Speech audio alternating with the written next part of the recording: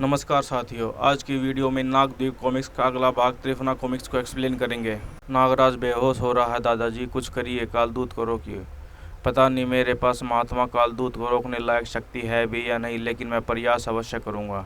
और वेदाचार्य अपनी रुद्राक्ष की माला को निकालकर कुछ मंत्र पढ़ते हैं। रुद्राक्ष तिलिस्म के ऊर्जावार से कालदूत तड़प उठे। रुक जा वेदाचार्य, वरना मुझे तुझको भी मारना पड़ेगा। मुझको भी वश न कर।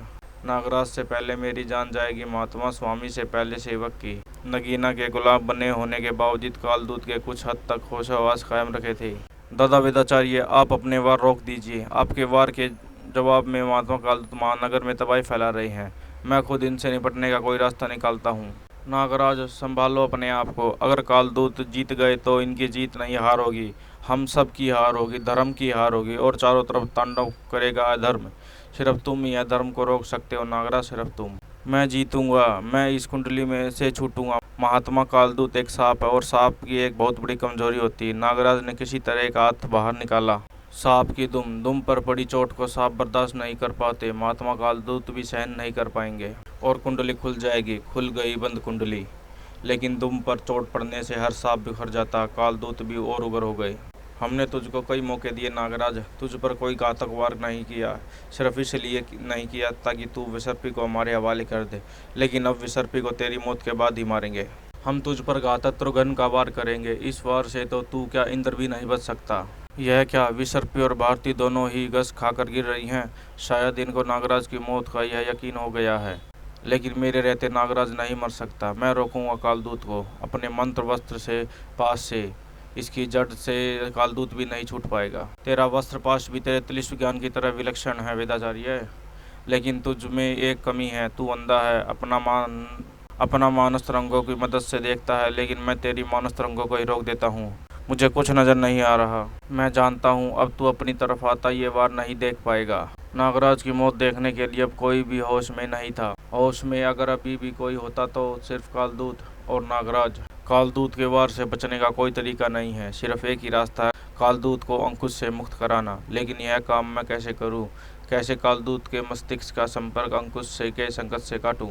हाँ, एक रास्ता है। वह अब मैं कालदूत को अंकुश की दास्ता से मुक्त करा दूंगा। नागफनी सर्प कालदूत की पूंछ पर जा कसा। नागफनी सर्प इनको काट सकते नहीं। मेरे सर्प बेसर है, और अब तो हाथ पैर भी सुन्न होते जा रहे हैं। हृदय रक्त का संचार भी नहीं हो पा रहा, और पूंछ में हो रहे रक्त संचार रुक गया। साथ ही साथ अंकुश के वे संकेत भी रुक गए जो रक्त के माध्यम से कालदूत के मस्तिष्क तक पहुंचकर उसे गुलाम बनाए हुए थे। महात्मा कालदूत का दिमाग अंकुश की गुलामी से आज़ाद होने लगा। दिमाग पर पड़ा बोझ अट रहा है। अब मैं स्पष्ट रूप से सोच समझ सकता हूँ। हम तुम्हारा धन्यवाद करते नागराज, और तुमसे क्षमा भी मांगते हैं। हम सब कुछ देखा और समझ रहे थे, लेकिन अंकुश के कारण नगीना का आदेश मानने को मजबूर थे। बातें बाद में करिएगा महात्मा, पहले अपनी पूंछ से उस अंकुश को तो निकाल फेंकिए। सिर्फ आप ही उसे निकाल सकते हैं, वरना अगर नागफनी सर्प की जगह ढीली हुई तो फिर से आप विसर्पी के गुलाम बन जाएंगे। अवश्य नागराज, अवश्य। और आप दोनों कहाँ चले गए थे दादा वेदाचार्य? मैं तो आपको ढूंढ ढूंढ कर परेशान हो गया था। हमारा नागपाशा के गुरुदेव ने छल से अपहरण कर लिया था नागराज। हम उसकी प्रयोगशाला में बंदी थे। गुरुदेव ने, लेकिन उसने ऐसा क्यों किया? आपसे भला उसको क्या काम पड़ गया दादा वेदाचार्य? और वेदाचार्य ने सारी बात बताई। अब चौंकने की बारी कालदूत की थी। हमारा पता यह गुरुदेव क्यों जानना चाहता है? हम तो उसको जानते तक नहीं। नागराज के वंश की पांडेलुपिया के अनुसार आपके पास एक मूर्ति है त्रिफना सर्प की। वही उसी को हासिल करना चाहता है। त्रिफना? नागराज के वंश वालों को इसके विषय में क्या पता चला? क्योंकि त्रिफना के 3 सिरों पर स्थापित मणियां नागराज के खानदानी खजानों में हैं। किसी राजा सुमेरनाथ ने नागराज के एक पूर्वज राजा अक्षराज को ये मणियां उपहार स्वरूप प्रदान की थी। तो उस रुद्र ने मेरे साथ छल चली थी, वह मणियां भी उस पृथ्वी पर ही भिजवा दी थी। किस रुद्र ने महात्मा? यह सब क्या रहस्य है? आपने अपने बारे में हमको कुछ भी नहीं बताया। आप 3 शरीर वाले कैसे हो, और इतनी शक्ति आपके पास कहाँ से आई? बताऊंगा विसर्पी, लेकिन अब इसका समय नहीं है। अभी हमको नागद्वीप जाना है। या तुम भूल गई कि नागद्वीप की पूरी प्रजा भी नगीना की गुलाम बनी हुई है?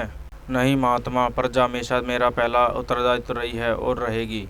मैं भी साथ चलूँगा महात्मा, क्योंकि एक तो मुझे नगीना से अपना उस खजाना वापस लेना, और हमारे देश की जमानत है। और दूसरा, नगीना का तांत्रिक अंकुश मुझ पर असर नहीं करेगा। मैं नगीना को पकड़ने में आपकी मदद कर सकता हूँ। हम भी नागद्वीप चलेंगे महात्मा कालदूत, और हमारी नागद्वीप जाने का कारण आप सबके कारणों से बड़ा है। वह क्या है वेदाचार्य? नागपाशा और गुरुदेव इस वक्त नागद्वीप में हैं, और उनके बारे में जितना मैं जानता हूँ उतना कोई नहीं जानता।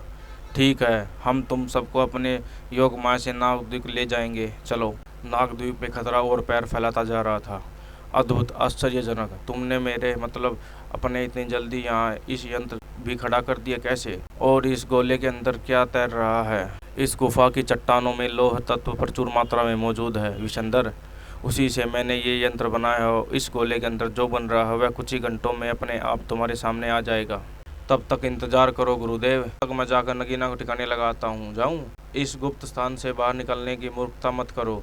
जब तक उसके पास तांत्रिक अंकुश है तुम उसका कुछ नहीं बिगाड़ सकते। वैसे भी नगीना कुछ घंटों के बाद अपने आप हमारे काबू में आ जाएगी। गुरुदेव, गुरुदेव। केंटुकी, क्या हुआ? तुम इतने घबराए हुए क्यों हो? वो दोनों बच गए गुरुदेव। वेदाचारी और भारती भाग गए। भाग गए? मैंने तुमसे उनको मारने के लिए कहा था और तूने उनको भगा दिया। अब उनके बदले तू मरेगा केंटुकी। माफ़ कर दो गुरुदेव, इस बार जान बख्श दो। आपकी कसम, आइंदा ऐसा भूल नहीं होगी। इस बार बख्श दी, दोबारा नहीं छोड़ूंगा। वेदाचार्य को पता है कि मैं नागद्वीप आया हूँ, वह भी हमारे पीछे जरूर आएगा और अपने तिलिस्मी यंत्रों के जरिए इस गुप्तस्थान को जरूर ढूंढ लेगा। ऐसा नहीं होना चाहिए। अभी यंत्र की प्रक्रिया पूरी होने में थोड़ी देर है। विशंदर, तुम बाहर जाकर पूरी स्थिति पर कड़ी नजर रखो और कोई भी नई घटना घटते ही मुझे तुरंत संपर्क करना। जाओ। महात्मा कालदूत के साथ विसर्पी, नागराज, वेदाचारी और भारतीय नागद्वीप पहुंच चुके थे। खतरा दो तरफ है महात्मा कालदूत, नगीना और नागपाशा। हमको दो गुटों में बट जाना चाहिए। भारती के साथ मैं नागपाशा एक गुरुदेव की खोज में जाता हूँ और आप लोग नागद्वीप वासियों को नगीना से छुटकारा दिलाइए। आप ठीक कह रहे हैं वेदाचार्य। वैसे चिंता की बात नहीं है। त्रिफना तो सिर्फ राजदंड पाकर ही हासिल किया जा सकता है और राजदंड नागपाशा का कभी नहीं हो सकता। भारती, तुम सामान लाना भूल तो नहीं गई? नहीं दादाजी, हम गुरुदेव की प्रयोगशाला से निकलकर सबसे पहले घर गए थे, इसीलिए ताकि मैं फैसले की पोशाक और कुछ तिलस्म यंत्र ले सकूं। सब कुछ इस पाउच बेल्ट में मौजूद है। अति उत्तम, अब तुम तुरंत फैसले की पोशाक पहन लो। मैं नहीं चाहता कि इस बार तुम भारती के रूप में नागपाशा गुरु के सामने जाओ। जैसी आपकी आज्ञा दादाजी। कालदूत, नागराज और विसर्पी भी रणनीति पर विचार कर रहे थे। नगीना के पास अद्भुत रत्नों की भी शक्ति है और अंकुश की भी। साथ ही साथ पूरा नागद्वीप की प्रजा भी उसके साथ है। हमको जो भी करना है बहुत सोच समझ कर करना होगा। राजदंड, हाँ राजदंड तो नगीना नहीं उठा सकती। वह अभी भी वहीं पर होगा जहाँ पर मैंने उसे गिराया था। एक बार वह राजदंड मेरे हाथ में आ गया तो उसकी शक्ति नगीना पर हावी हो जाएगी। तुम ठीक कह रही हो विसर्पी, आओ हम वहीं चलते हैं। राजदंड वहीं पर था, अब नगीना नहीं बचेगी। लेकिन तभी विसर्पी, लेकिन नागराज विसर्पी को बचा नहीं पाया। वार होते रहे, बेशुमार चट्टानें गिरती रही और समतल सतह पर एक नया पहाड़ खड़ा हो गया।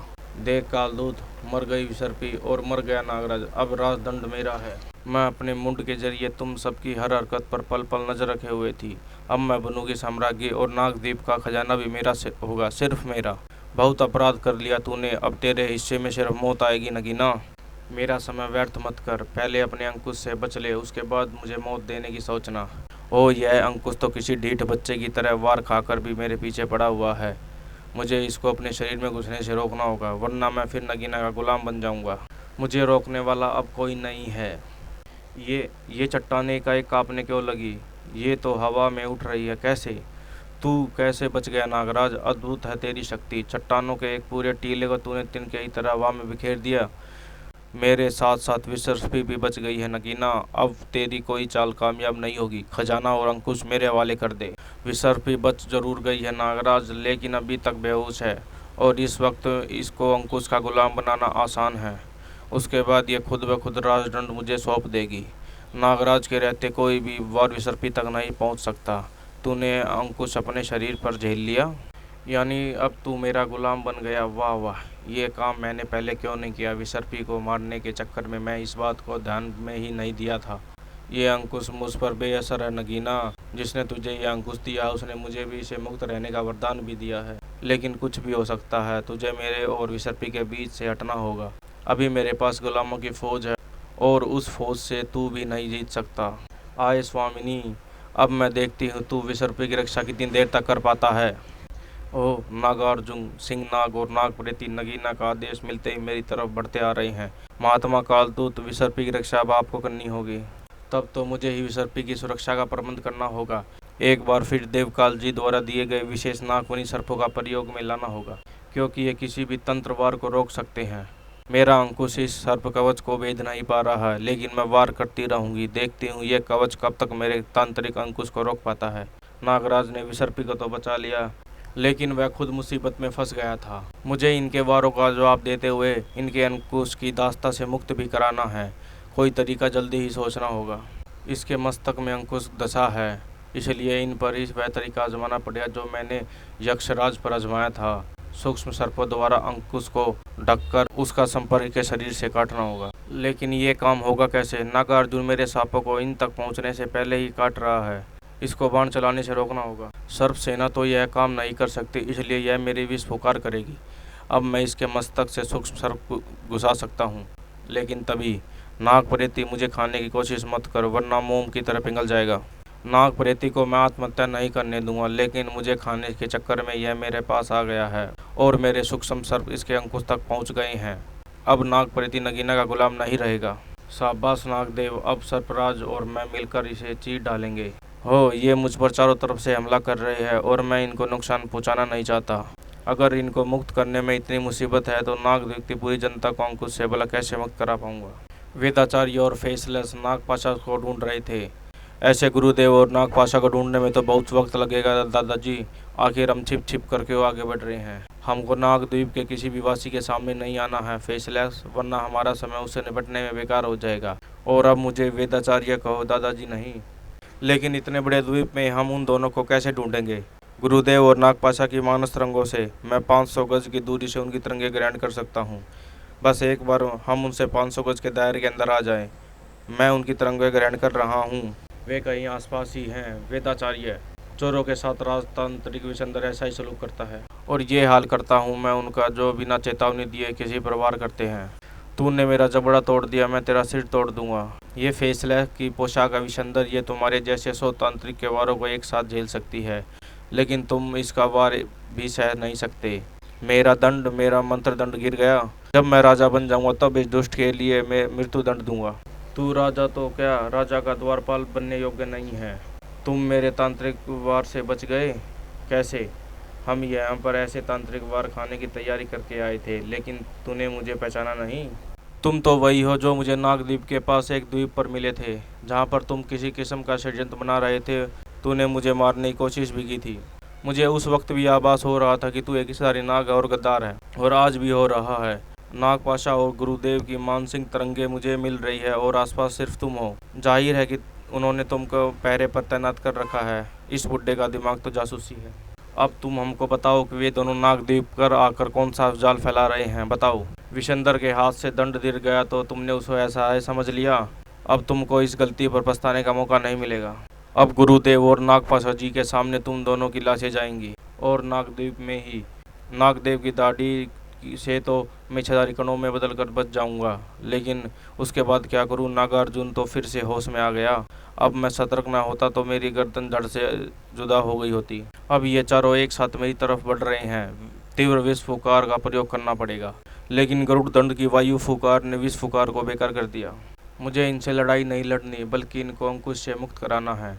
अंकुश इनके दिमागों पर कंट्रोल कर रहा है। अगर किसी तरह से मैं वह कंट्रोल खतरा दूँ तो एक तरीका है सम्मोहन। सम्मोहन से मैं इनके दिमागों को वश में कर सकता हूँ। देखना यह है कि अंकुश की तांत्रिक शक्ति और मेरे सम्मोहन में टकराव में कौन जीतता है। नागराज की आंखें दहक उठी और चारों तरफ से बढ़ते कदम रुक गए। रुक जाओ, अंकुश का प्रतिरोध करो, निकाल फेंको अपने मस्तिष्क से। हाँ हाँ, हम अंकुश को निकाल देंगे। वाह, सम्मोहन असर कर रहा है। यह दृश्य देखकर नगीना चौंक उठी। नहीं, आगे बढ़ो गुलाम, चीर डालो नागराज को। अंकुश का पलड़ा भारी हो गया।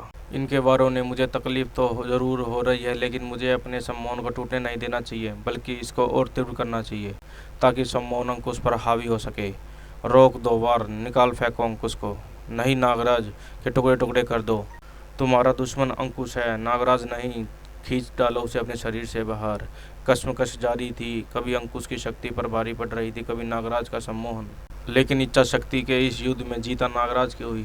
तेरे सम्मोहन ने मेरा तंत्र तोड़ डाला है नागराज, लेकिन तेरा ये प्रयास व्यर्थ है नागराज, क्योंकि मैं इन पर दोबारा वार करके इनको अपना गुलाम बना लूँगी। और इसी के साथ त्रिफना कॉमिक्स का पार्ट 1 का अंत यहीं होता है।